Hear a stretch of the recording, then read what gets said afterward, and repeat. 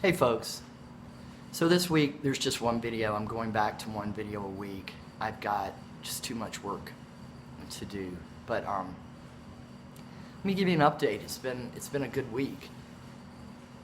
I started working for Uber Eats. I started driving, delivering food for Uber, and at first I thought, I don't know if this is gonna work, you know. The fares and tips didn't look like they were going to cover gas and insurance and that kind of thing, and I didn't know if it was worth it. But I needed to give it a decent try, and so I worked a couple of shifts, and the first shift this week I worked was not so great financially. It was pretty depressing. But I went out the next day with a new attitude and tripled what I made the day before. And then yesterday, I had a really good day. I worked 2 shifts. There are surge times. So here in Albuquerque, the first surge is 10 a.m. to 3 p.m. and the second surge is 5 p.m. to 10 p.m. So, and then there's another way you can make extra money by working 10 p.m. to 4 a.m. But yesterday I did those 2 shifts, and I had to be at the house for a repair person, so I got out late on the road yesterday. So yesterday I didn't get started until noon, and I worked from noon to about 2:40, and then I went back out and I worked from 5 to 10 p.m. and I made a little over $150. So that's great. I mean, it's not the greatest money in the world, but it feels so good to know that if we need money, and we do, that I can go out and hustle and get it. I really had to hustle yesterday. It was 104 plus degrees, and I can't use my air conditioner a lot because my truck will overheat, and I want to save on gas. So that part was a little brutal, but I took my cooler and I took a washcloth and I put it in ice, and I brought plenty of water. And so I did fine. I mean, it's really, I really enjoy it. I like to hustle. I like to work hard, especially when it's paying off. And yesterday I would deliver an order, and then ping, another order would come up, and you tap it. I have to tap it as quickly as possible because they say you have, like, I don't know, 5 seconds or more to answer it. But I found that if I don't answer it immediately, so I hold it in my hand as I'm driving, somebody else will get the order. That's what I think is happening. That's what it seems like. But anyway, and the other thing, there's so many things I like about Uber Eats and jobs like this. I'm probably going to see if I can find another couple of delivery services that I can try. But it's great because if I'm sitting around stressed about money, I can just get in my truck and go make some. And, you know, if I've got a certain amount I need to hit, like we just had an electrician, and, you know, what I made yesterday will pay for his visit today. So when I know I've got things I've got to hit and I've got a certain amount I need to get every month, I can just work until I get that amount, and then get in the studio. Or I can work in the studio early in the morning, and then at 10 a.m. get on the road.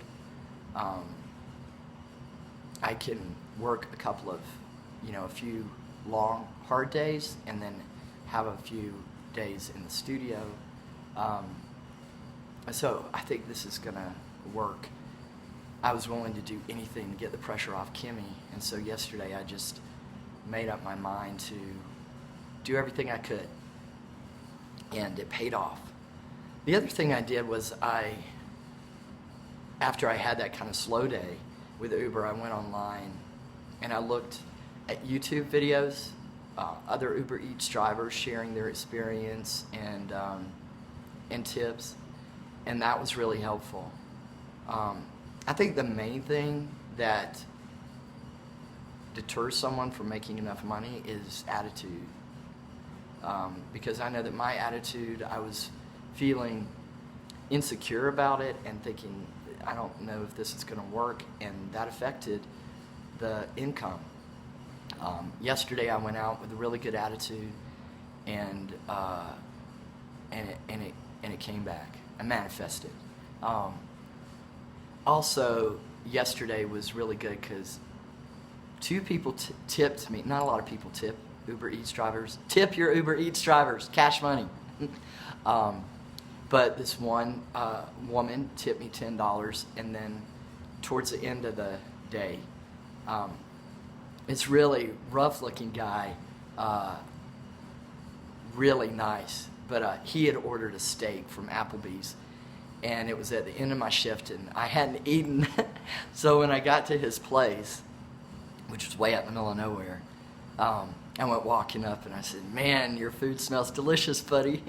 And he took his food and shook my hand and handed me $10, and he's like, "I sure do appreciate you." And that just really kind of touched my heart. Anyway, it was just kind of him to say that. And then I got another call, and let me tell you about this interaction real quick. So I went and picked up this order, and I drove it to the address. And I looked around and didn't see the address. And it was really dark. And so I called the customer. And an older woman answered the phone, and I could tell she was hard of hearing. So I was trying to talk loud. And she said that she didn't know what Uber Eats was. And so I said, "Well, I'm sorry, pardon the ring. I guess the customer gave us the wrong number." And I called the restaurant and couldn't get her information, and I didn't know what to do. And I didn't want to cancel the order. But I was just about to, and I got a phone call, and it was that older lady. So I said, "Ma'am, I'm looking all over for your address. I can't find it. It goes from 606 to 612, and there's nothing in the middle." And she said, "It's a 10-story building." And so I looked around, and there aren't many 10-story buildings in Albuquerque. And so I saw one that was like a road behind. So it was really weird the way it was addressed. But so I drove up to this apartment building, parked, and looked at the door and thought, this kind of looks like an emergency room or hospital. And the doors open, and there were 3 little old ladies sitting on a bench. I said, "Oh, this is a geriatric home." And when I walked in, the ladies said, "Hey, sir, is that food paid for?" I said, "It is." And they said, "Well, you can leave that here." And I'm like, "Ladies, I cannot. I must take it to the 7th floor." And so they told me how to take the elevator. And so I went up to room 702, and I knocked on the door, and this little voice said, "Come in." And she had like a little string around the door. I guess for pulling it, I'm not sure. Maybe that helps her open the door. But I opened the door and went in, and there was this little tiny woman in a hospital bed. And she had ordered potato soup and mozzarella sticks. And I went over and delivered her soup, and I said, "Well, I'm here. Is there anything I can do for you?" So I did a few things around the apartment and got her air conditioner fixed up for her, opened up her food, and she thought she was being billed twice for the potato soup, and so I stayed with her until we figured out that she hadn't been, and everything was okay with her bill. And then she asked me if I would get her purse for her so she could tip me. And And I left, and I just felt so, honestly, blessed kind of to have that experience with her. Then I went back downstairs, and the little old lady's sitting by the door. I said, I want you to know that I told Connie y'all were down here trying to steal her food. So she may be coming after you. And they laughed, and I left. And did one more delivery, and then I went home. So yesterday was a really good day. And I'm just going to keep working hard at this until I get caught up. And so Uber Eats has been a good experience for me. It started out kind of rocky, but it's really, it will give you back what you put into it, really. And if you don't make your nut, just keep working, work a few more hours. So let's see what else. I don't know. I really should make a list of things to talk about before I start this video. My buddy Felix called. He's a local friend, and I'm going to do an interview with him soon. And he wanted to talk about it. So we're going to meet for a cup of coffee or something and talk about that a little bit later on. And I want to talk to him too about the grant I want to write for funding on a documentary, but it needs to have an art slant, more of an art slant for this funding that I kind of need in order to do what I want to do. And I actually think that makes it more interesting. And I'm just coming up with ideas around filming folks like us and then creating an art project to go along with that. So that's still happening. I'm attending a workshop in July about how to write the application. So that's still going on. I do have a hair report. I need a haircut. But as it's growing out, I have noticed that so many things, I'm noticing that I'm aging like my dad and my granddad. And my hair is thinning like my dad too. I mean, you can see here and here. Like I used to have this hair, I guess it came more down here. So part of it is that my hairline is receding. But I had a crew cut, and so there was this hair in the front that was cut up and back. And my hairline has receded so much since my last haircut that you can tell right there that that's happening. And it's a little thinner in here too.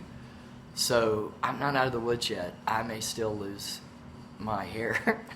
And if I do, that's okay. That's one reason I've had this kind of closed crop in case that happened. But that is going on, but it's never been something that would make me stop taking testosterone. What else? I guess that's it.